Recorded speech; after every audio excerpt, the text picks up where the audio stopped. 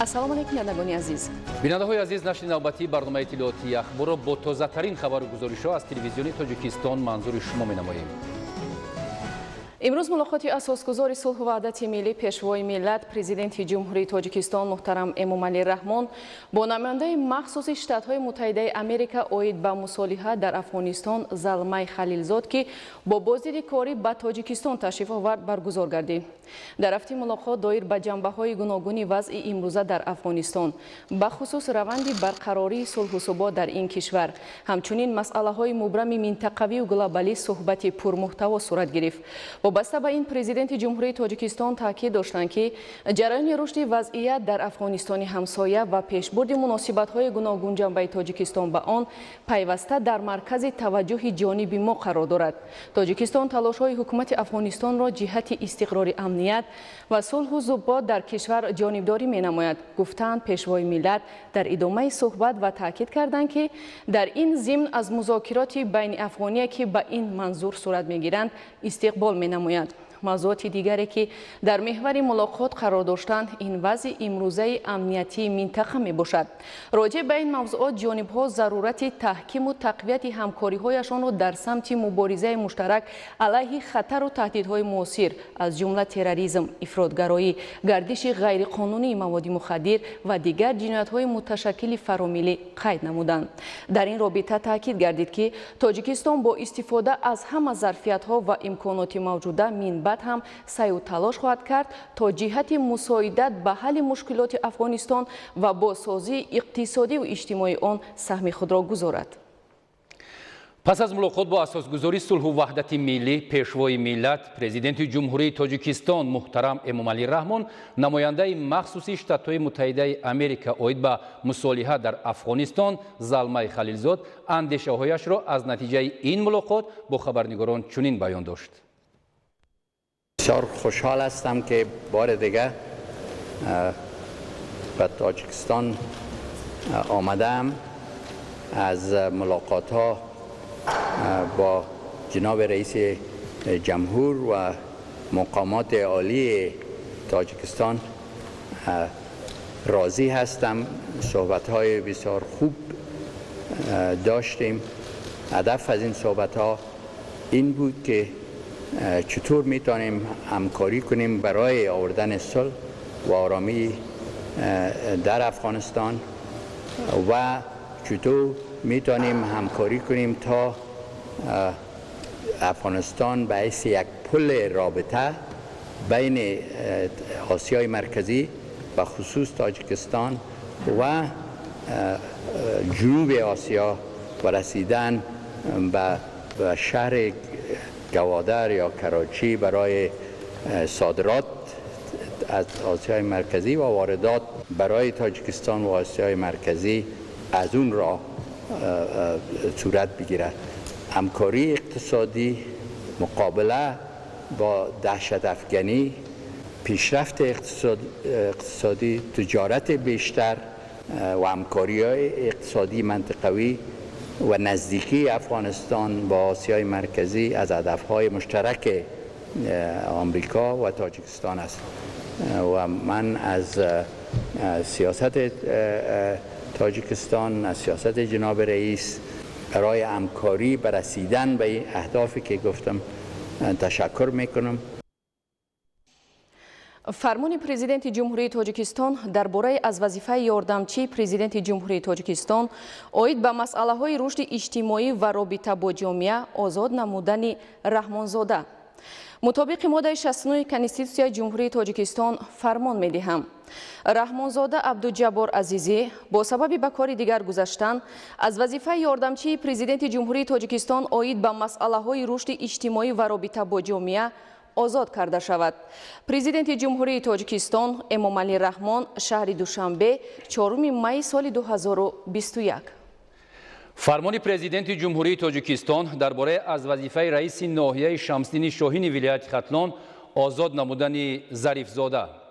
мутобиқи моддаи 69 Конститутсияи Ҷумҳурии Тоҷикистон фармон медиҳам. Зарифзода Подшоҳхон Ҳабибулло бинобар сабаби ба кори дигар гузаштан аз вазифаи раиси ноҳияи Шамсдини Шоҳини вилояти Хатлон озод карда шавад. Президенти Ҷумҳурии Тоҷикистон Эмомалӣ Раҳмон шаҳри Душанбе 4 майи соли 2021. фармони президенти ҷумҳурии тоҷикистон дар бораи аз вазифаи раиси ноҳияи нуробод озод намудани дӯстзода мутобиқи моддаи 69 Конститутсияи ҷумҳурии тоҷикистон фармон медиҳам. дӯстзода Ҳасан Тақдир бо сабаби ба кори дигар гузаштан аз вазифаи раиси ноҳияи нуробод озод карда шавад. Президенти ҷумҳурии тоҷикистон Эмомалӣ Раҳмон шаҳри Душанбе 4 майи соли 2021. фармони президенти ҷумҳурии тоҷикистон дар бораи сафири фавқулода ва мухтори ҷумҳурии тоҷикистон дар ҷумҳурии Ӯзбекистон таъин намудани Раҳмонзода. мутобиқи моддаи 69 Конститутсияи ҷумҳурии тоҷикистон фармон медиҳам. Раҳмонзода Абдуҷаббор Азизӣ сафири фавқулода ва мухтори ҷумҳурии тоҷикистон дар ҷумҳурии Ӯзбекистон таъин карда шавад. Президенти ҷумҳурии тоҷикистон Эмомалӣ Раҳмон шаҳри Душанбе 4 майи соли 2021. фармони президенти ҷумҳурии тоҷикистон дар бораи иҷрокунандаи вазифаи раиси ноҳияи Шамсиддин Шоҳини вилояти Хатлон таъин намудани Гулзода. мутобиқи моддаи 69 Конститутсияи ҷумҳурии тоҷикистон фармон медиҳам. Гулзода Зафар Шамсуддин иҷрокунандаи вазифаи раиси ноҳияи Шамсиддин Шоҳини вилояти Хатлон таъин карда шавад. Президенти ҷумҳурии тоҷикистон Эмомалӣ Раҳмон шаҳри Душанбе 4 майи соли 2021. фармони президенти ҷумҳурии тоҷикистон дар бораи иҷрокунандаи вазифаи раиси ноҳияи Нуробод таъин намудани Ҷобирзода. мутобиқи моддаи 69 Конститутсияи ҷумҳурии тоҷикистон фармон медиҳам. Ҷобирзода Додарҷон Пулод иҷрокунандаи вазифаи раиси ноҳияи Нуробод таъин карда шавад. Президенти ҷумҳурии тоҷикистон Эмомалӣ Раҳмон шаҳри Душанбе 4 майи соли 2021. амри президенти ҷумҳурии тоҷикистон Идизода Файзалӣ Файзалшо бо сабаби ба кори дигар гузаштан аз вазифаи сардори раёсати маориф, фарҳанг ва иттилооти дастгоҳи иҷроияи президенти ҷумҳурии тоҷикистон озод карда шавад. Президенти ҷумҳурии тоҷикистон Эмомалӣ Раҳмон шаҳри Душанбе 4 майи соли 2021. амри президенти ҷумҳурии тоҷикистон Сафолзода Муҳаммадӣ Қурбон бо сабаби ба нафақа баромадан аз вазифаи мушовири калони бахши ёрдамчии президенти ҷумҳурии тоҷикистон оид ба масъалаҳои рушди иҷтимоӣ ва робита бо ҷомеа озод карда шавад. Президенти ҷумҳурии тоҷикистон Эмомалӣ Раҳмон шаҳри Душанбе 4 майи соли 2021. сарвазири ҷумҳурии тоҷикистон Қоҳир Расулзода бо сафари корӣ дар шаҳру ноҳияҳои вилояти Хатлон қарор дорад. имрӯз бо иштироки сарвазири мамлакат дар ноҳияҳои Данғара, Фархор ва Мир Саидалӣ Ҳамадонӣ чанд иншооти таъиноти гуногун мавриди баҳрабардорӣ қарор дода шуд. гузориши Самандар Искандарзода ва Аҳлиддини Карим. 4 май сарвазири ҷумҳурии тоҷикистон Қоҳир Расулзода дар ноҳияи Данғара бо рафти бунёди фабрикаи паррандапарварӣ ва ҷамъияти саҳумии пӯшидаи ҷунтаи Данғара Синсилу текстил шинос шуданд. фабрикаи паррандапарварӣ дар деҳаи хоҷашақиқи балхии деҳоти Себистон аз ҷониби ҷамъияти дорои масъулияти маҳдуди мармарӣ бо иқтидори 2 миллиону 300 ҳазор сарпарранда дар як сол дар масоҳати 23,175 гектар замин бунёд карда мешавад. То имрӯз 80% корҳои сохтмонӣ ба анҷом расонида шуда васлу насби таҷҳизот оғоз гардидааст. масъулон нақша доранд ки иншоотро дар муҳлати муайяншуда бо сифати баланд ва ҷавобгӯи талабот сохта ба истифода супоранд. татбиқи барномаву стратегия имтиёз ва фароҳам овардани имкони мусоиди соҳибкорӣ ба рушди бахши хусусӣ ва ба бунёди иншооти муосири соҳаи паррандапарварӣ замина гузошт. натиҷа ҳамин аст ки имрӯзҳо талаботи сокинон зина ба зина қонеъ гардонида мешавад. маҷмӯаи насоҷии ҷамъияти саҳумии пӯшидаи ҷунтаи Данғара Синсилу текстил ки дар деҳоти Корези ноҳия ҷойгир мебошад аз лиҳози иқтидори истеҳсолию технологӣ дар Осиёи марказӣ беназир буда дар ҳамкорӣ бо сармоягузорону мутахассисони ҷумҳурии мардумии Чин бунёд карда шуда истодааст. барои рақобатпазир гаштани маҳсулоти истеҳсолӣ муосиртарин технологияи коркарди пахта ва тавлиди маҳсулот аз ширкатҳои бонуфузи Иёлоти Муттаҳидаи Америка, Италия, Швейтсария, Олмон ва Чин оварда шудааст. марҳилаи аввали маҷмӯаи насоҷии ҷамъияти саҳумии пӯшидаи ҷунтаи Данғара Синсилу текстил бо иқтидори коркарди 10 000 тонна нахи пахта моҳи августи соли 2016 ба истифода дода шуд. марҳилаи дуюми он соли 2018 бо иқтидори истеҳсолии наздик ба 15 000 тонна коркарди саноатии нахи пахта ва истеҳсоли 12000 тонна ришта дар як сол мавриди баҳрабардорӣ қарор гирифт. дар маҷмӯъ иқтидори истеҳсолии иншоот коркарди қариб 25000 тонна нахи пахта дар як сол буда, соли 2018 ба бунёди 3 корхонаи нав аз қабили корхонаи истеҳсоли ришта бо иқтидори коркарди 25000 тонна нахи пахта дар як сол, рангубор ва истеҳсоли мато оғоз бахшида шуд. лоиҳаи сохтмони марҳилаи навбатӣ дорои 4 даври пурраи коркарди пахта буда, дар он истеҳсолоти ресандагӣ, бофандагӣ, рангуборкунӣ ва дузандагӣ пешбинӣ гардидааст. дар идома дар ҷамъияти саҳмии пӯшидаи ҷунтаи данғара синсилу текстил машварати корӣ баргузор гардида, равнақ бахшидани корҳои сохтмонӣ ва дар муҳлати муайяншуда сохта ба истифода супоридани иншоот зарур шуморида шуд. дар идома сарвазири мамлакат Қоҳир Расулзода дар ноҳияи Фархор майдончаи варзиширо мавриди баҳрабардорӣ қарор дода, аз фаъолияти иншооти соҳаи саноат ва корҳои ободониву бунёдкорӣ дар ҳудуди ноҳия дидан карданд. майдончаи варзишӣ дар деҳаи Тоҷикистони деҳоти Ғайрат бо саҳми соҳибкори маҳаллӣ Раъногул Маҳмудова бунёд карда шудааст. корҳои сохтмонӣ соли 2020 оғоз шуда, иншоот дар муҳлати кӯтоҳ бо сифати баланд ва ҷавобгӯ ба талаботи замони муосир бунёд карда шудааст. сохта мавриди истифода қарор додани иншоот дар баробари фароҳам сохтани имкони мусоиди ба варзиш машғул гардидани сокинон ҳамзамон 2 нафар бо ҷои кори доимӣ таъмин карда шуданд. таваҷҷӯҳ ва дастгирии ҳамешагии Президенти Ҷумҳурии Тоҷикистон, Пешвои миллат муҳтарам Эмомалӣ Раҳмон ба варзиш ва тарғиби тарзи ҳаёти солим ба рушди соҳа замина гузошта, дар як муддати кӯтоҳ дар шаҳру ноҳияҳои мамлакат садҳо иншооти варзишӣ бунёд шуда, бо ин васила барои солимӣ ва аз беҳудагардию амалҳои ношоиста дур гардидани сокинон замина гузошта шуд. имрӯзҳо дар ҳудуди ноҳия корҳои сохтмонӣ дар як қатор иншоот, аз ҷумла дар муассисаи таҳсилоти миёнаи умумӣ рақами 5 дар деҳаи шаҳртеппаи деҳоти ватан идома дорад. иншоот дорои 34 синфхона буда, барои ба таълим фаро гирифтани 620 нафар хонанда дар як баст пешбинӣ шудааст. фармоишгари қасри фарҳанги дуошона дар деҳоти хуррамзамини деҳоти Фархор, филиали сохтмони асосии вилояти Хаттон дар минтақаи Кулоб, пудратчи ҷамъияти дорои масъулияти маҳдуди консол ва лоиҳакаш, ташкилоти лоиҳакашии корхонаи воҳиди давлатӣ, пажӯҳишгоҳи илмию тадқиқотии сохтмон ва меъмории шаҳри Душанбе мебошад. фабрикаи ресандагии Адолат дар деҳоти Зафари ноҳия дар майдони 4 гектар замин бо иқтидори коркарди 4000 тонна нахи пахта дар як сол бунёд карда шудааст. корҳои сохтмонӣ моҳи январи соли 2015 оғоз гардида, васли конструксияи металлӣ, таҷҳизоти ҳавокашӣ ва ҳавотозакунӣ, насби шифти коргоҳ пурра ба анҷом расонида шуда, дастгоҳу таҷҳизоти лозима низ дастрас карда шудааст. тибқи ҷадвали тасдиқшуда, сикли ресандагии моҳи октябри соли 2015, сикли бофандагии моҳи декабри соли 2017 ва сикли рангуборкунӣ соли 2020 ва сикли дузандагӣ моҳи марти соли 2021 бояд ба истифода дода мешуд. новобаста аз корҳои анҷомдодашуда, бо сабаби пайдо накардани сармоя ва дигар сарчашмаҳои маблағгузорӣ, иншоот ба фаъолият оғоз накард. вобаста ба ин сарвазири мамлакат масъулонро вазифадор намуданд ки барои пайдо намудани сармояи мустақим ва дигар масъалаҳои зарурӣ ҳарчи зудтар чораҳои таъхирнопазирро амалӣ созанд. бо мавриди истифода қарор гирифтани иншоот барои 120 нафар ҷои кори доимӣ фароҳам оварда мешавад. мавриди зикр аст ки дар ноҳияи Фархор дар доираи ҷашнҳои миллӣ сохтмон ва навсозии 470 иншоот ба нақша гирифта шуда буд, ки то имрӯз 421 иншоот сохта ба истифода дода шуда, дар дигар иншоот корҳо бо суръат ҷараён дорад.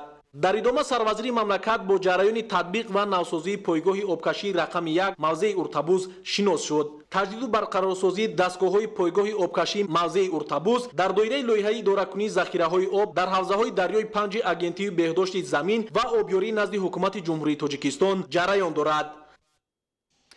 имрӯз вазири корҳои хориҷии ҷумҳурии Тоҷикистон Сироҷиддин Муҳриддин бо намояндаи хостаи Штатҳои Муттаҳидаи Америка барои сулҳ дар Афғонистон Залмай Халилзод мулоқот намуд. дар суҳбат мавзӯъҳои робитаҳои дуҷониба, минтақавӣ ва ҳамкорӣ дар қолабҳои бисёрҷониба баррасӣ гардиданд. ҳамчунин роҷеъ ба ҷанбаҳои гуногуни вазъи имрӯза дар Афғонистон, бахусус раванди музокироти сулҳи байни афғонӣ, омодагӣ ба баргузории конфронси муҳими сулҳ дар Истанбул, хуруҷи нерӯҳои хориҷӣ аз Афғонистон ва масъалаҳои мубрами минтақавию ҷаҳонӣ суҳбати пурмуҳтаво анҷом дода шуд. идомаи ахбор. ҳукумати ҷумҳурии Тоҷикистон давоми солҳои соҳибистиқлолӣ ҷиҳати беҳтар намудани сатҳи хизматрасонӣ дар пардохти андоз тадбирҳои зарурӣ амалӣ намудааст. дар ҳамин замина бо мақсади дар сатҳи замонавӣ ташкил намудани хизматрасонӣ ба андозпорандагон ба раванди гузариши онҳо ба тартиби пешниҳоди электронии эъломияҳо тақвият бахшида шуд. гузориши ҳамкорони мо. امروز در تالار مجلسگاه کمیته انداز نزد حکومت جمهوری تاجیکستان به مناسبت روز کارمندان مقامات انداز جلسه برگزار گردید که در آن معاون یکم سروزیر جمهوری تاجیکستان دولتعلی سعید اشتراک نمود. در جلسه قید گردید که فعالیت مهنتی کارمندان مقامات انداز به یکی از ساحه‌های مهمترین حیات مملکت غنی گرداندن خزینه آن و سهم گذاشتن به پیشرفت اقتصادیات و اجتماعیات کشورمان روانه شده است و این عمل و از هر یک کارمند مقامات انداز مسئولیت بلند را تقاضا می‌نماید. امروزها یکی از سمت‌های افضلیتناک فعالیت مقامات انداز مورد استفاده قرار دادن تکنولوژی‌های معاصر اطلاعاتی و در این زمینه تامین نمودن رقمی کنونی ساحه به حساب رفته. مقصد و ماهیت آن پیش از همه تامین رشد من بعد صاحبکاری، حدالامکان ساده نمودن اجرای عهده‌داری‌های اندازه اندازسپارندگان، بیشتر و صفتا بهتر نمودن شکل‌های خدمت‌رسانی به شهروندان و اندازسپارندگان، کارهای توضیحاتی و فهماندهی به آنها، پیشگیری قانون ویرانکنی‌ها از جانب اندازسپارندگان و کارمندان مقامات انداز میباشد. باید قید نمود که محض تحت راهنمایی‌های پرزیدنت جمهوری تاجیکستان محترم امامعلی رحمان و دستگیری‌های حکومت جمهوری تاجیکستان طی سال‌های آخر مأموری کنونی انداز در جمهوری تاجیکستان در سطح حاضر زمان به راه مانده شده. سمت‌های افضلیتناکی که برای رشد من بعد مقامات انداز در جمهوری تاجیکستان انتخاب شده اند جوابگوی تمایل‌های معاصر بین‌المللی رشد مقامات انداز بوده. تطبیق آنها پیش از همه دانش مکمل کسبی و مسئولیت بلند کارمندان ساحه را تقاضا می‌نماید. در جلسه کارمندانی که دانش اختصاصی و ملکه کاری خود را تکمیل داده به نشان دهنده‌های نظررس نائل گردیدند، با نشان سرسینگی اعلاچی مقامات انداز و افتخارنامه‌های کمیته انداز سرفراز گردانده شده به آنها رتبه‌های مخصوص نوبتی و غیر نوبتی داده شد. کارمندان مقامات انداز با سرفرازی و افتخار اظهار نمودند که با شرافت استقلال دولتی که امسال 30 سالگی آن با شهامت خاصه جشن گرفته می شود، در پرتو سیاست خردمندانه و راهنمایی‌های اساسگزار صلح و وحدت ملی پیشوای ملت پرزیدنت جمهوری تاجیکستان محترم امامعلی رحمان و حکومت جمهوری تاجیکستان روز کارمندان مقامات انداز در فضای صلح و آسایشتگی و بنیادکاری جشن گرفته می شود.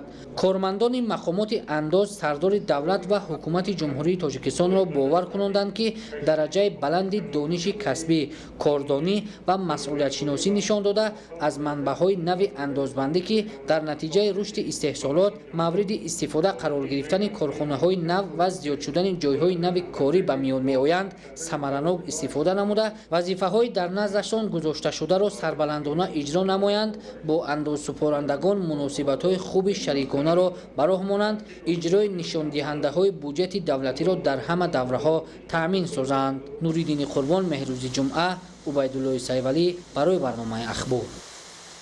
سازمان همکاری شانگهای به حیث یک تشکیلات منطقوی در رشد همکاری‌های متقابلا سودمند بین کشورهای اعضا نقشی باسزا داشته برای در آینده تحکیم یافتن روابط گوناگون اقتصادی و سیاسی و دیگر سمت‌های همکاری مساعدت می‌کند. گزارش محمدعلی سفر. سازمان همکاری شانگهای از 8 دولت اعضا، 4 دولت نظیر و 6 دولت شریکان مصاحبگی عبارت میباشد که در زمینه امکانات و موافقه‌های حاصل شده همکاری‌های متقابلا سودمند در سمت‌های گوناگون بین کشورهای اعضا رشد و توسعه می‌یابد. مورد به تاکید است که سازمان همکاری شانگهای قلمرو بزرگ و دایره وسیع همکاری‌های منطقوی را در بر گرفته شکل نوی همکاری دولت‌های از نقطه نظر ساختار سیاسی، اقتدار اقتصادی و فرهنگی گوناگون به شمار می‌رود. سازمان باری نخست در حیات 5 گانه سال 1996 در حیات 5 گانه تأسیس داده شده است. از سال 2001 باشد سازمان 5 گانه به سازمان همکاری شانگهای تبدیل یافت که سهم جمهوری تاجیکستان در تأسیس دادن این سازمان خیلی نظررس می باشد. هدف‌های اساسی سازمان همکاری شانگهای تحکیم باوری متقابلا سودمند و همسایگی نیک کشورهای اعضا، مساعدت به همکاری ثمره‌بخش در ساحه‌های سیاسی، تجارتی، اقتصادی، علمی، تکنیکی و فرهنگی، اینچنین در ساحه معارف، انرژتیک، نقلیات، توریسم، حفظ محیط زیست، تامین یکجایی و تامین صلح، امنیت و ثبات در منطقه، پیشروی در تشکیل ترتیبات دموکراتی، عادلانه و عاقلانه بین المللی در ساحه سیاسی و اقتصادی است که سال از سال همکاری‌ها در این سمت таҳким меёбад. зарурияти таъсис ва ба фаъолият шурӯъ намудани созмони мазкур тақозои замон буд, чунки ҷомеаи ҷаҳониро падидаҳои номатлубе аз қабили терроризм ва экстремизми байналмилалӣ ва дигар падидаҳои манфӣ фаро гирифта буданд. дар давраи раёсати худ Тоҷикистон ният дорад ки барои таъмини амният ва субот, таҳкими равобити тиҷоратию иқтисодӣ ва фарҳангию гуманитарӣ дар паҳнои созмони ҳамкориҳои Шанхай кӯшиш ба харҷ намояд. ҷумҳурии Тоҷикистон ки яке аз давлатҳои таъсисдиҳанда ва иштирокчии фаъоли созмони ҳамкории Шанхай ба шумор меравад, дар шӯрои сарони давлатҳо дар солҳои 2008-2014 ва шӯрои сарони ҳукуматҳои давлатҳои аъзои созмони ҳамкории Шанхай солҳои 2006-2010-2018 раёсатро ба уҳда дошт. соли 2021 аз таъсисёбии созмони ҳамкории Шанхай 20 сол пур мегардад ки иҷлосияи ҷашнии сарони кишварҳои узви созмони ҳамкории Шанхай имсол дар шаҳри Душанбе баргузор хоҳад шуд. дар тӯли мавҷудияташ созмони ҳамкории Шанхай дар иртибот ба коркарди мавқеъҳои муштарак ва ҳамоҳанг сохтани нуқтаи назари гуногун мавқеи намоён касб намуда, вобаста ба талаботи замони муосир мақсаду вазифаҳои он такмил меёбад. идомаи ахбор. роҳи автомобилбари душанбе бӯстончаноқ дар интиқоли бору мусофиркашонӣ ва пайвастани вилояти суғд ба ҳамаи минтақаҳои мамлакат нақши муҳим дорад. муҳлати ҳаққи истифодаи ин шоҳроҳ ва нигаҳдории он аз ҷониби филиали ширкати Innovated Road Solutions Ltd ва дигар истифодабарандагон вобаста аст ва дар ин мавсим корҳои таъмири роҳ оғоз ёфтааст. гузориши ҳамкорони мо. роҳи автомобилгарди душанбе бӯстончаноқ дар масофаи беш аз 354 километр таҷдид гардида беш аз 12 сол дар истифода буда, дар бору мусофиркашонии пайвастани вилояти суғд бо пойтахти мамлакат бо ҳамаи минтақаҳои ҷумҳурӣ ва ҳамчун шоҳроҳи транзитӣ аҳамияти муҳим дорад. барои нигаҳдории ҳолату сифати шоҳроҳ дар сатҳи меъёрӣ, идораи ширкати саҳомии Innovated Road Solutions бо истифодаи техникию таҷҳизоти муосир равона намудани маводи моддитехникӣ тадбирҳои муҳимро амалӣ менамояд. масофаи шоҳроҳи душанбе бӯстончаноқ дар минтақаи суғд аз нақби шаҳристон то мавзеи назди сарҳадии чаноқ 191 километрро дар бар мегирад. кормандону мутахассисони минтақа корҳои таъмиру навсозӣ ва ободии роҳро оғоз намуданд. ин тадбирҳои таъмири тарқишҳои арзӣ, ноқисии сатҳӣ, тоза кардани шафати роҳ, ҷойборҳои канори роҳ, қубурҳои обгузар, гардишҳои роҳ ва амсоли ин буда корҳои асосӣ ва ҷории таъмиру навсозӣ дар рӯзҳои мебаъда пурра оғоз карда мешаванд. моҳҳои март апрели соли равон дар ҳамаи қитъаҳои шоҳроҳ корҳои омӯзишӣ, ташхис, муайянкунии ҳолату сифати роҳ гузаронида шуда, ҳаҷми корҳои таъмирӣ муайян карда шудаанд. шоҳроҳи автомобилгарди душанбе бӯстончаноқ дар рушди иқтисоди миллӣ дар бору мусофиркашонӣ байни пойтахти мамлакат, вилояти суғд ва ҳамаи минтақаҳои ҷумҳурӣ ва ҳамчун шоҳроҳи транзитӣ аҳамияти муҳим дошта, нигаҳдории ҳолати меъёрӣ ва дарозии муҳлати истифодаи ин иншооти коммуникатсионии минтақа дар баробари корҳои нигаҳдорию таъмиру навсозӣ аз риояи қоидави талаботи меъёрии ҳаракати воситаҳои нақлиёт низ вобаста мебошад. аз рӯи қоидаҳое ки бо қарори ҳукумати ҷумҳурии Тоҷикистон муайян гардидааст, бояд воситаҳои нақлиёти тамғаҳои гуногуни боркаш вобаста ба намуди нақлиёту меҳвари боркашонӣ ҳаҷми мувофиқ ба категорияи роҳро бор кунанд. дар асоси меъёр соати ҳаракати воситаҳои нақлиёти гаронвазн дар фасли гармо тавассути роҳи автомобилгард муайян мешавад. яке аз талаботҳои асосии қонуни ҷумҳурии Тоҷикистон дар бораи роҳҳои автомобилгард ва фаъолияти роҳдорӣ бо вазн ва андозаҳои мутобиқ ба меъёрҳо гузаронидани мошинҳои боркашон мебошад. бо назардошти ин қарори ҳукумати ҷумҳурии Тоҷикистон таҳти рақами 569 дар бораи ҷорӣ намудани маҳдудиятҳои мавсимии вазн ва сарборӣ ба тири меҳвари воситаҳои нақлиёт ҳангоми ҳаракати онҳо дар роҳи автомобилгарди истифодаи умум ба тавсиб расида амалӣ мешавад. дар мавзеъҳои гуногуни шоҳроҳ истгоҳҳои муваққатӣ мошинҳои калонҳаҷми боркашон ташкил гардида то фарорасидани соати дар қарорнишондодаи ҳаракат нигаҳ дошта мешаванд. барои иҷрои талаботи қарор ва қоидаҳо коргарону мутахассисони филиали ширкат дар минтақаи суғд фаъолият менамоянд. барои таъмини саривақт кашондани як қатор номгӯи молу маҳсулот аз ҷумла маҳсулоти тару тозаи кишоварзӣ, чорво ва маҳсулоти чорво, хӯрока ва ғайра имконияти бидуни маҳдудият фароҳам оварда мешавад. азбаски дар қарори ҳукумати ҷумҳурӣ ва қоидаҳои ҳамлу нақли молу маҳсулот ҳамаи хусусияту меъёрҳо ба инобат гирифта шудааст ва ҳаракати воситаҳои нақлиёти боркашон дар ин давра ба танзим дароварда мешавад. Боркашонӣ тавассути мошинҳои калонҳаҷм мутобиқи талабот сурат мегирад. бо амалӣ гардидани ин тадбир дар фасли гармо фарсудашавии фарши асфалти роҳ пешгирӣ ва истифодаи шоҳро дароз мешавад.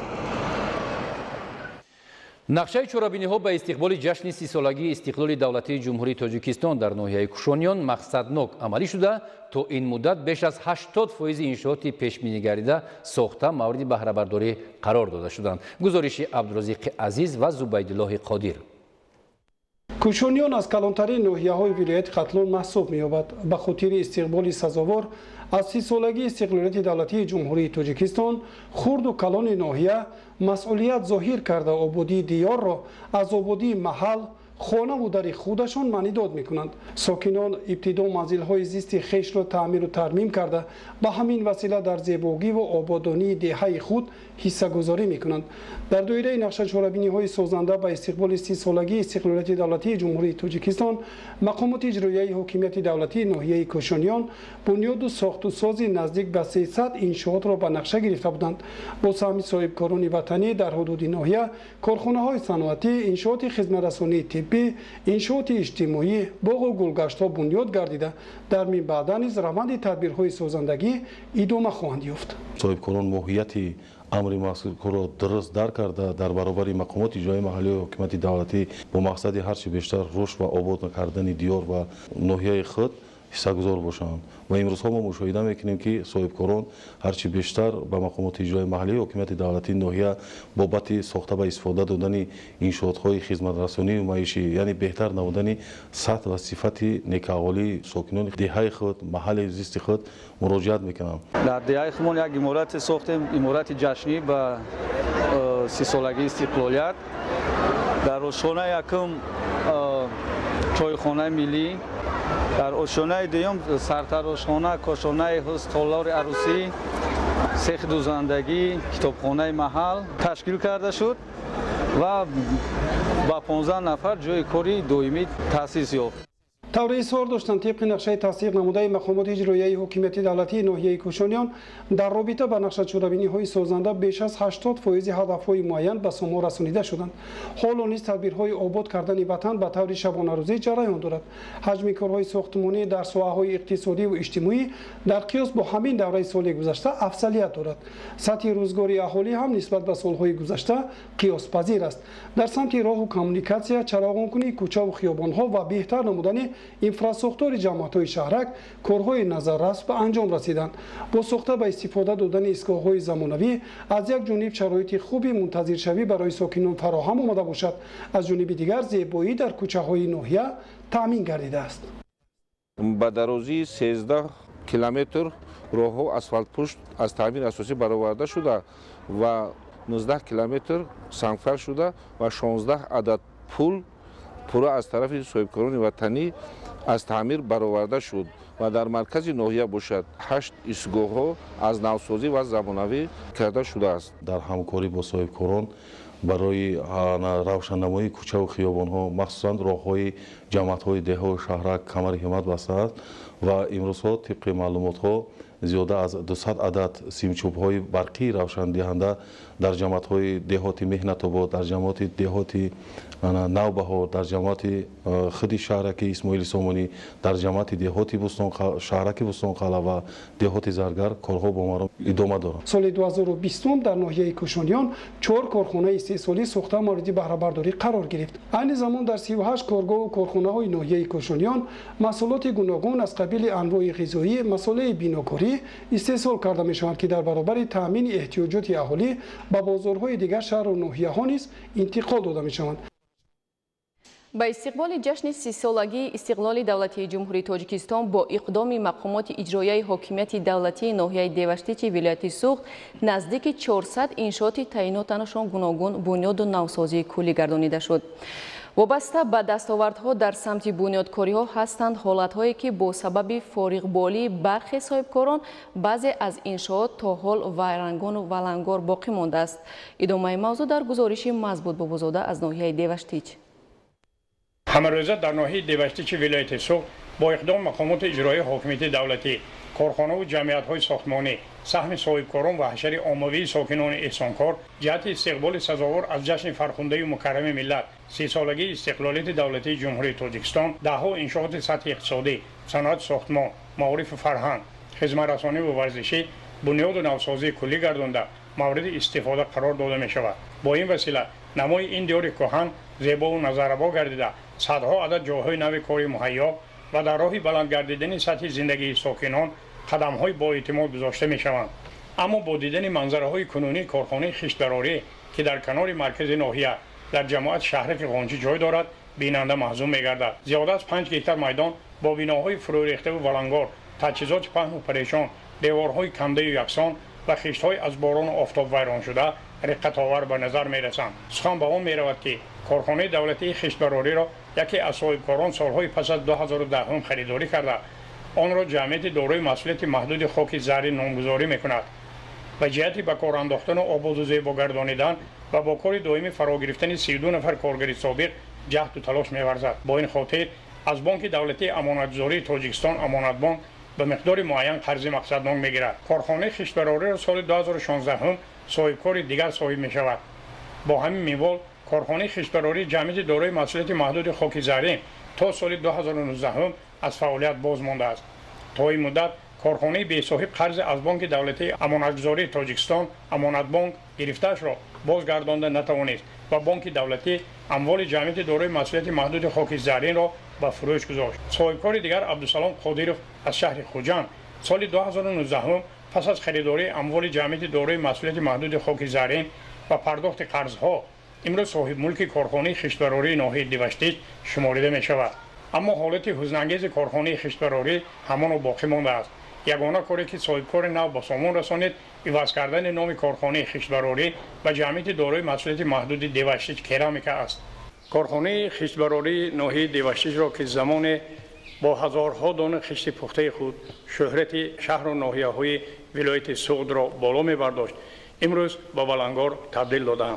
صاحبکار عبدالسلام قادرov با تاکید چند کرته خطی شفاهی مسئولین مقامات اجرایی حاکمیت دولتی ناحیه دیوشتیج نگاه نکرده تا امروز جهتی به کار انداختن و استحصال خشت پخته و با کار دائمی تامین نمودن 32 نفر کارگر سابق یگان چاره اندیشه نکرده برعکس فعالیت جمعیت دارای مسئولیت محدود خشت‌براری لیمین را که با تشبث صاحبکاران چینی بنیاد گردیده و همروزه هزارها دانه خشت پخته استحصال کرده در بنیاد انشاءات جشنی ناحیه سهمگذاری میکرد قطع گردانید. متاسفانه صاحبکاران چینی نیز پس از به فروش رفتن این کارخانه فعالیت خود را باز داشتند.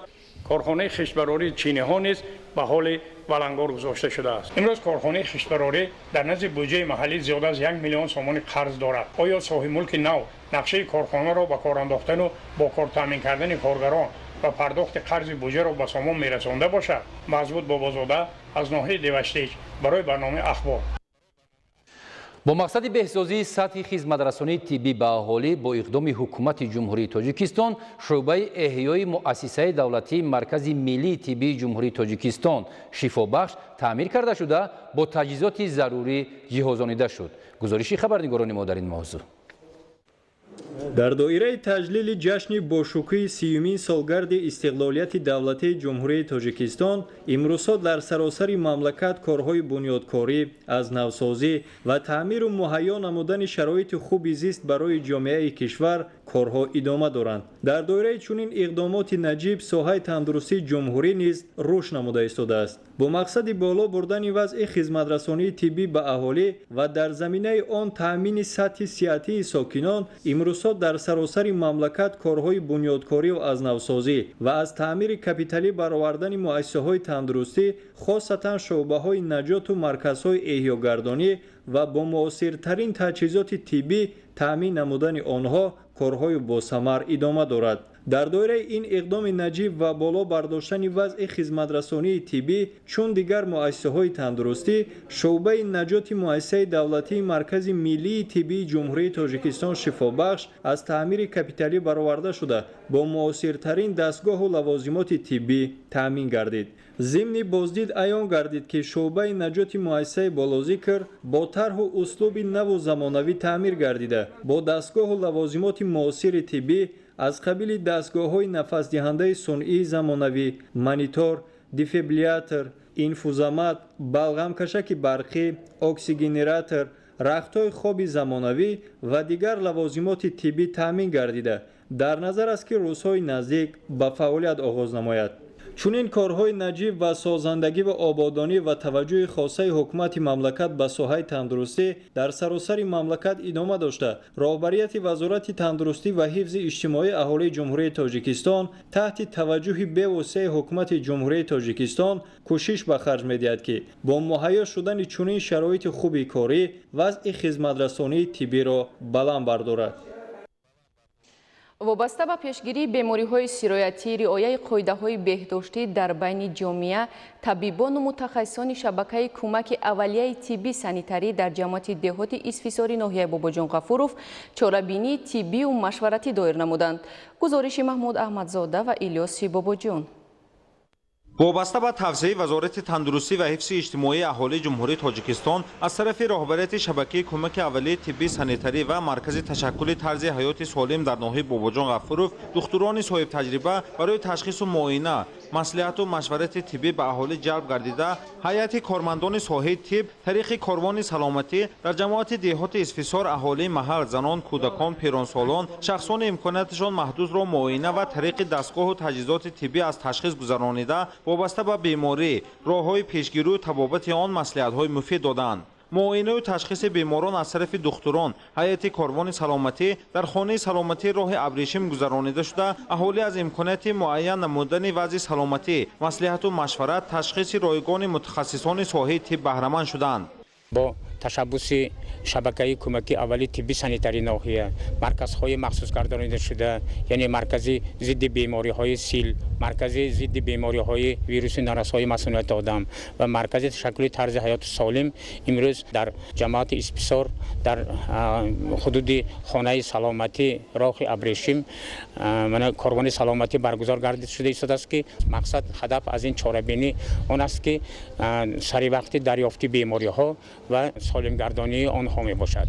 дар деҳаи исфисор зиёда аз 600 оила зисту зиндагӣ менамоянд ки дар маркази саломатии исфисор ҳамарӯза саломатии шаҳрвандон, пиронсолон, кӯдакон, занони ҳомила таҳти назорати духтурони оилавӣ қарор дорад ва ташкили корвони саломатӣ бо ҷалби пизишкони баландихтисос аз дигар марказҳо, пешгирӣ аз беморшавӣ, баланд бардоштани фарҳанги тиббии аҳолӣ, тарғиби ташаккули тарзи ҳаёти солимро дар бар мегирад. давоми 4 моҳи соли равон аз ҷониби сохтори шабакаи кӯмаки аввалии тибби санитарӣ ноҳияи Бобоҷон Ғафуров ғайр аз назорати доимӣ 8 маротиба чунин корвони саломатӣ ташкил гардида, дар маҳалҳо, деҳоти дурдаст чунин муоина, ташхису маслиҳатҳои ройгони кормандони соҳаи тибб амалӣ карда шудааст.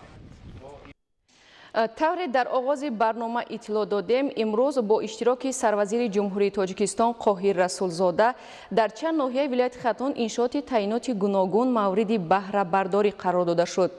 аз ҷарони идомаи сафари сарвазири мамлакат ба шаҳру ноҳияҳои вилояти Хатлон чанд лаҳза пеш гузориши хабарнигорони мо дастрас гардид ки ҳоло манзури шумо мегардонем. ҳамчунин дар ин рӯз сарвазири мамлакат дар ноҳияи Мир Саид Алии Ҳамадонӣ маркази хизматрасонии тиббӣ ва толори машқу тамринро ба истифода супорида бо рафти бунёди иншооти ҷашнӣ ва фаъолияти хоҷагиҳои кишоварзӣ шинос шуданд. бинои маркази хизматрасонии тиббӣ ва толори машқу тамрин дар маркази ноҳия шаҳраки Москва ҷойгир буда бо ташаббуси соҳибкори ватанӣ Шариф Маҳмудов бо сифати баланд ва шаклу услуби хоси меъморӣ сохта шудааст. иншоот ду ошёна буда дар ошёнаи якум дорухона ва толори обутоби бадан, дар ошёнаи дуюм ҳуҷраҳо барои муолиҷа ва табобат ҷойгир мебошад. бо мавриди истифода қарор додани иншоот 12 нафар сокини маҳаллӣ бо ҷои кори доимӣ таъмин карда шуданд. барои табобат ва муолиҷаи сокинон мутахассисони варзида ва соҳибкасб ба кор ҷалб карда шуда муосиртарин дастгоҳу таҷҳизоти соҳавӣ дастрас карда шудааст. боғи фарҳангӣ фароғатии ноҳия солҳои 50-уми асри гузашта бунёд гардида буд. бо гузашти солҳои тӯлонӣ ҳолати таъмиру навсозӣ ба миён омада, бо ин мақсад соҳибкорони ноҳия иқдом гирифтанд ки иншоотро дар доираи ҷашнҳои миллӣ сохта ба талаботи замони муосир ҷавобгӯ намоянд. корҳои сохтмонӣ нимаи дуюми соли 2020 оғоз гардида, айни ҳол тадбирҳои ободонӣ бо суръат идома дорад.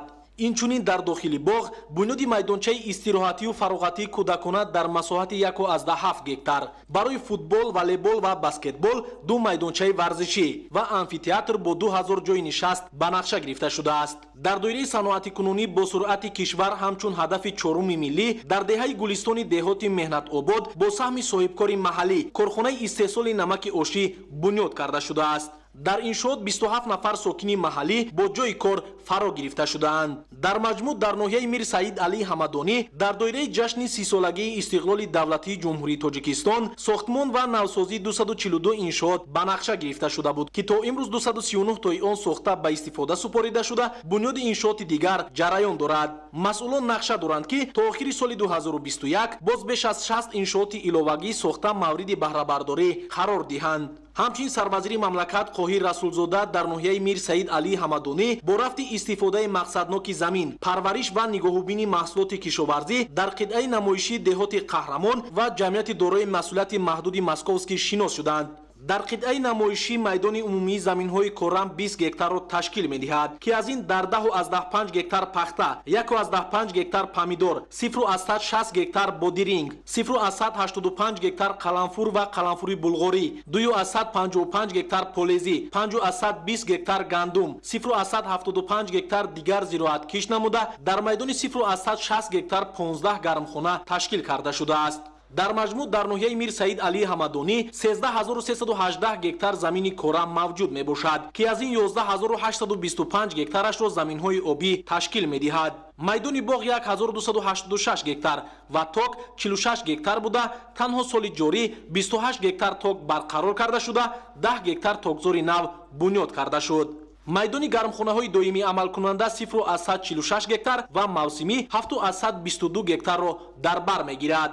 ҷамъияти дорои масъулияти маҳдуди Московский дар ихтиёри худ 56 гектар замини обӣ дорад ки аз ин 8 гектарашро боғи мевадиҳанда ва 22 гектарашро токзор ташкил медиҳад. дар баробари ин ҷамъияти мазкур барқароркунии 13 гектар токзори дигарро ба роҳ мондааст. ҳамзамон имрӯзҳо дар 2 гектар барои парвариши зироат ва ниҳолони ситрусӣ бунёди 2 гармхонаи доимӣ амалкунанда ҷараён дорад.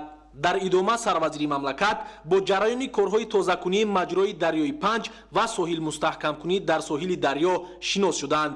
бо мақсади пешгирии хавфи обхезӣ ва таъмини хоҷагиҳо бо оби полезӣ ҳамасола дар соҳили дарёи Панҷ аз ҷониби муассисаи давлатии канали Чӯбек корҳои тозакунии маҷрои дарё ва соҳилмустаҳкамкунӣ ба роҳ монда мешавад. масофаи соҳили дарёи Панҷ дар ҳудуди ноҳияи мир Саид Алӣ Ҳамадонӣ 25 километрро дар бар мегирад. сарвазири мамлакат аснои шиносоии масъулонро вазифадор намуданд ки дар ин самт аз тамоми имконоти мавҷуда мақсаднок истифода карда баҳри пешгирии хавфи обхезӣ ҳамаҷониба омода гарданд. барномаи ахборро идома медиҳем. бинандаҳои азиз, соли равон кирмакпарварони мамлакат тибқи нақша бояд аз 21 000 қутии тухми кирмак ки ба мамлакат ворид гардидааст 680 тонна пила истеҳсол намоянд. шарҳи ҳамкорони мо. кирмакпарварӣ таи солҳои охир бо пешбинӣ гардидани имтиёзҳо аз ҷониби давлату ҳукумати мамлакат ва талошҳо дар самти иҷрои барномаи рушди соҳаи кирмакпарварӣ ва коркарди пила дар ҷумҳурии Тоҷикистон дар кишвар рӯ ба рушд аст.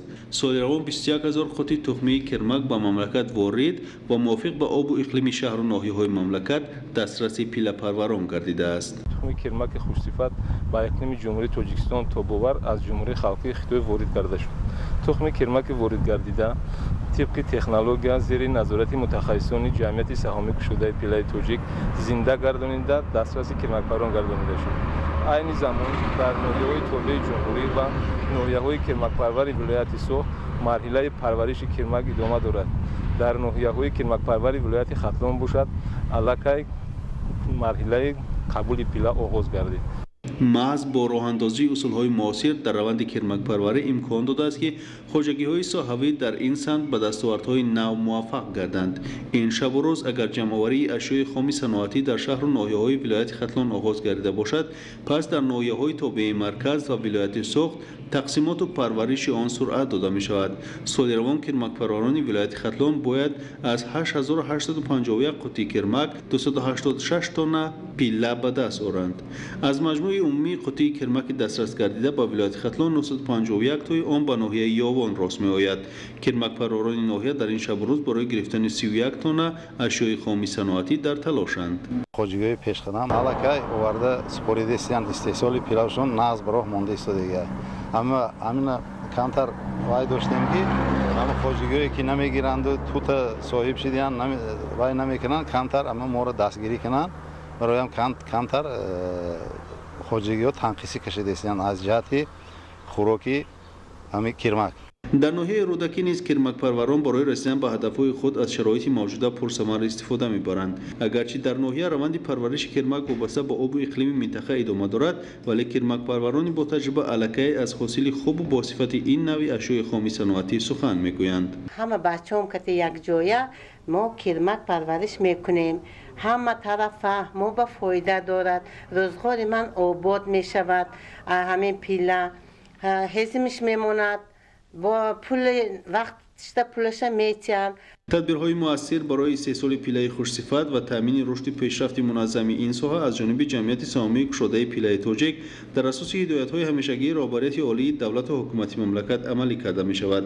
маҳз таи солҳои охир фароҳамсозии шароити беҳтар дар самти кирмакпарварӣ баробари мусоидат бар ривоҷу равнақи ин соҳа ба бештар шудани ҳавасмандии сокинони шаҳру ноҳияҳои мамлакат мусоидат кардааст. ҳамзамон рушди ин соҳа метавонад дар самти афзоиш додани иқтидори содиротӣ ва таъмини корхонаҳои бо ашёи хоми саноатӣ заминаи устувор фароҳам созад. дар ноҳияи айнӣ вилояти суғд ба рушди соҳаи боғдорӣ таваҷҷӯҳи махсус зоҳир гардида хоҷагидорон ба парвариши мева аз ҷумла зардолу ҳавасманд мебошанд. гузориши Фарҳоди Раҳмат. ноҳияи айнӣ иқлими мувофиқ ва деҳқонони соҳибтаҷрибае дорад ки соҳаи кишоварзӣ яъне ин соҳаи муҳими иқтисоди миллиро хуб тараққӣ додаанд.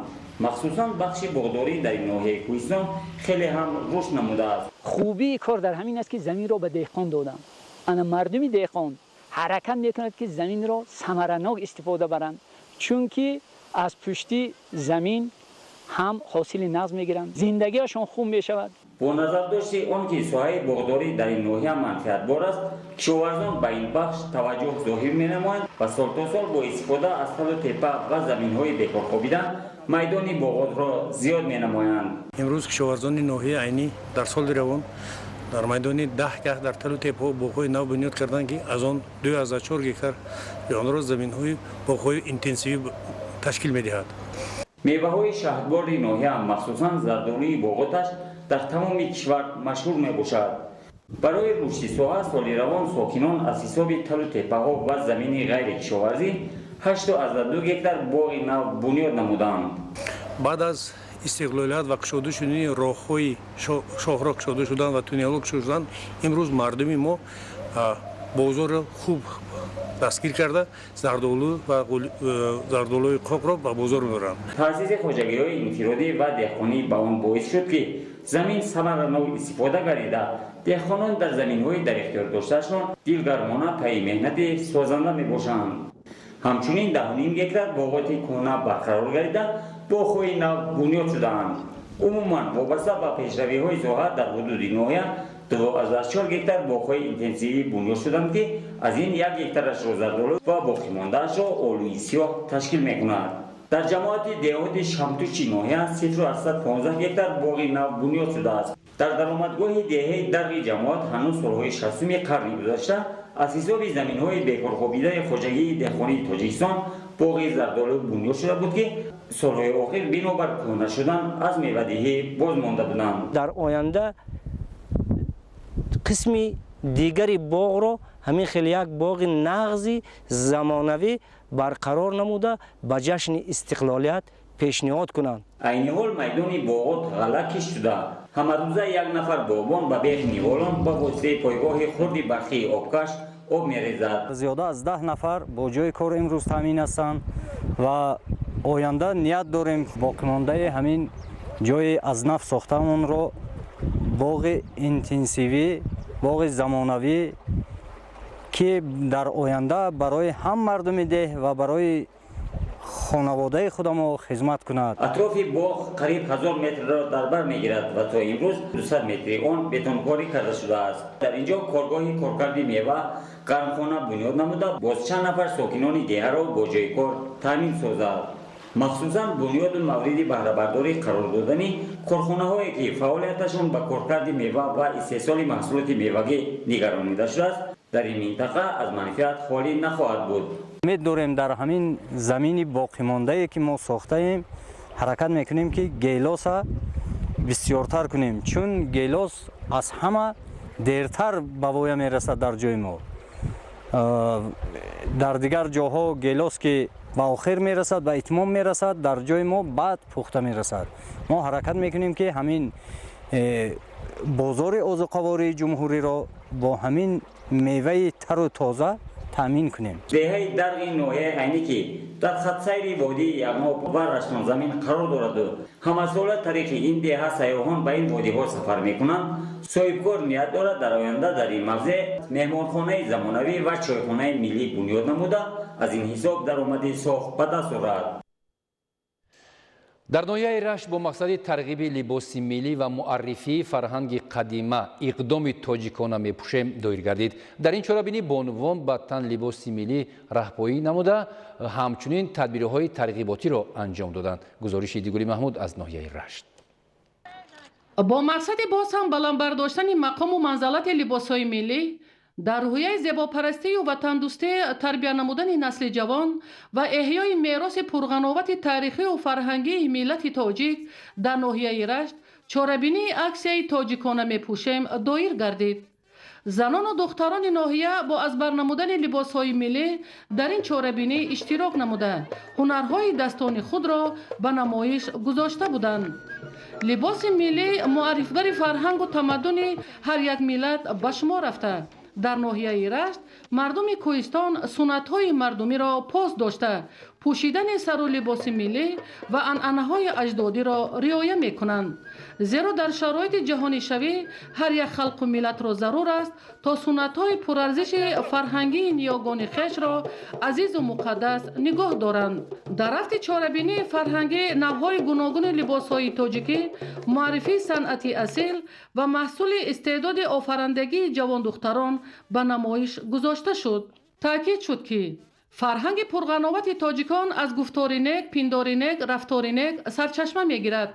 در عالم علم و ادب طرز روزگارداری و پوشیدن سر و لباس ملی با استحصال ایجاد متاعهای رنگارنگ و واسطه آرایشات مقام و مرتبه و سهم مردم ما را در رشد و تکامل تمدن بشری معین میکند. تاجیکستان صاحب استقلال محض با تاریخ و فرهنگ پرغناوت عالمگیر و آموزش تکمیل دستاوردهای فرهنگ معاصر در جاده بنیاد دولت حقوق بنیاد دنیوی قدم‌های استوار می‌گذارد. در چاره‌بینی عکس‌های تاجیکانه میپوشیم معلوم گردید که ساکنان ناحیه رشت برای باز هم رشد دادن نمودهای گوناگون هنرهای مردمی، ترغیب لباس ملی توجه زیاد دارند. هدف از تشکیل چاره‌بینی جلب بانوان و جوان دختران به لباس‌های ملی، احیای هرچی بیشتر هنرهای مردمی می باشد. ایدیگل محمود، دادرجان امروززاده، برای برنامه اخبار از ناحیه رشت. услуб мазмун истифодаи ба мавқеи калимаву ибораҳои забонҳои хориҷӣ ҳангоми баргардон кардани асарҳо аз тарҷумон сатҳи баланди забондониро талаб мекунад. бо назар дошти ин дар донишкадаи давлатии забонҳои тоҷикистон ба номи Сотим Улуғзода маркази тарҷумонӣ ифтитоҳ гардид. Нуриддини Қурбон доир ба ин мавзӯъ гузориш омода намудааст.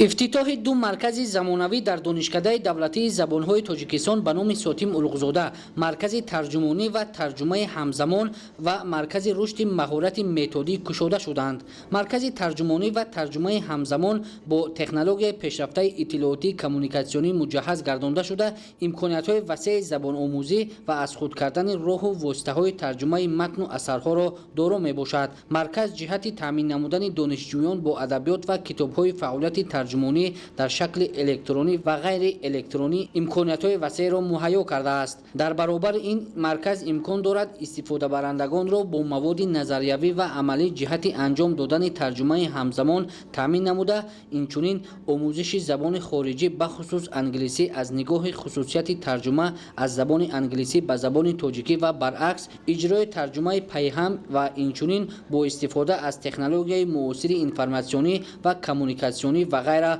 به راه مانده می شوند. ذکر گردید که مرکز رشد مهارت متدی از قسمت‌های ایجادکاری، اینواسیون و خود تکمیل دهی عبارت می باشد و در این مرکز چاره‌بینی‌های علمی متدی، برگزاری درس‌های کشاد، سمینار و مشورت‌ها گذرانده می شوند. مواد تعلیمی متدی در شکل چاپی و الکترونی و به آموزگاران صاحب تجربه پایه مادی تکنیکی مرکز امکانیت می دهد که در آینده کورس تکمیل اختصاصی معلمان زبان تاجیکی و روسی مؤسسه‌های تحصیلات میانه عمومی در اساس شرطنامه به کورس تکمیل اختصاص فرا گرفته شوند. مرکزها به استقبال جشن 30 سالگی استقلال دولتی جمهوری تاجیکستان تأسیس داده شدند.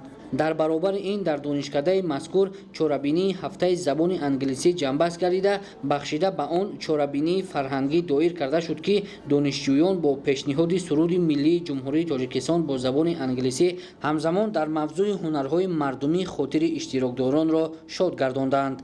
نوریدین قربان، بهادر قربانزاده، فیروزی موسی برای برنامه اخبار.